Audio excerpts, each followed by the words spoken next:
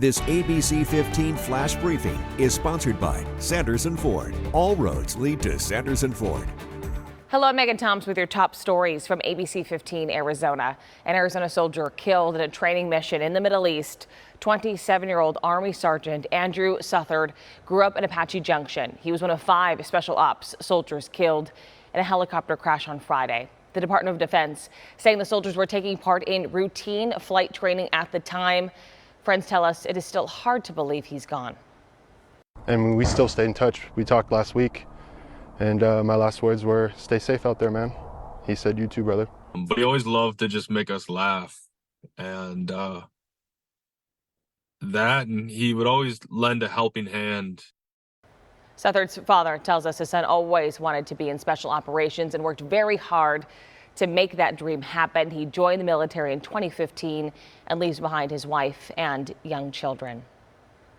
We turn now to this morning's Operation Safe Roads report. New safety concerns along the I-10 Broadway curve project. Construction has been underway in that area for a while, but not everyone is staying safe in the work zone. Tempe resident Alexander Davis reached out to us saying he was in the passenger seat when a white car sped past them. Davis says this stretch is terrifying already due to the construction in the narrow lanes and says he is worried about the safety of drivers, construction workers, and law enforcement. There's really no breakdown lanes. So they're putting their lives in danger by trying to enforce it. I don't think a lot of these people realize what can happen at those speeds in chain reaction. Speeding is a documented problem in this spot. DPS says they have issued more than 4,300 speeding citations since that project started in July of 2021. If you spot a road safety issue, let our Operation Safe Roads team know by sending an email or calling our Operation Safe Roads hotline. That number is right there on your screen.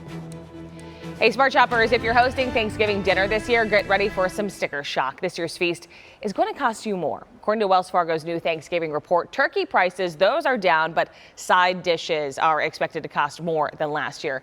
So what can you do to save? Experts say the first step is to create a budget and shop now. Be realistic. What amount are you comfortable spending on a meal or your portion of the meal that you're contributing to the family dinner, and then stay within it. You can also try trimming the menu, cut out the sides that are not a huge hit at the dinner table. So can you go for meatless appetizers? Can you go for some beautiful, colorful vegetable or fruit side dishes that save you a little bit of money at the grocery store? And maybe try a potluck. Ask guests to bring the desserts or the sides. That way you can actually split those costs. As we approach the holiday season, the Smart Shopper team has you covered with ways to save on your shopping. For more tips through the end of the year, head to the Smart Shopper page at ABC15.com. Hey, check this out. The iconic guitar company Fender is set to build its new co-headquarters at the former Paradise Valley Mall. The company says it's setting up offices at the site and plans to hire around 100 new people there. The Phoenix City Council is expected to vote on a development agreement with the company tomorrow. Let's groove. Next year, a few legendary groups are stopping in the Valley. Earth, Wind and Fire and Chicago are stopping at the Footprint Center for the Heart and Soul Tour. The concert just a few days before September on August 29th, 2024. Tickets go on sale Friday.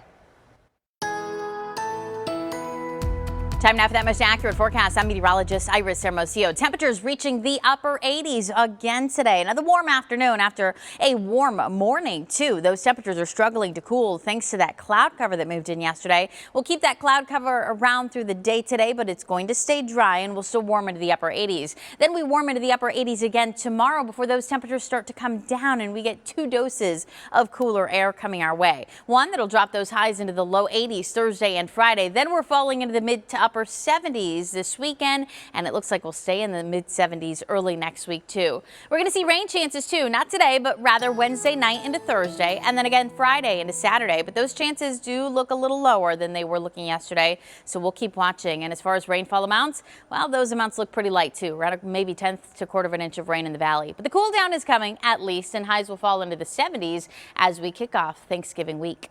For the latest headlines, weather, and traffic, head out over to ABC15.com or download the free ABC15 mobile app.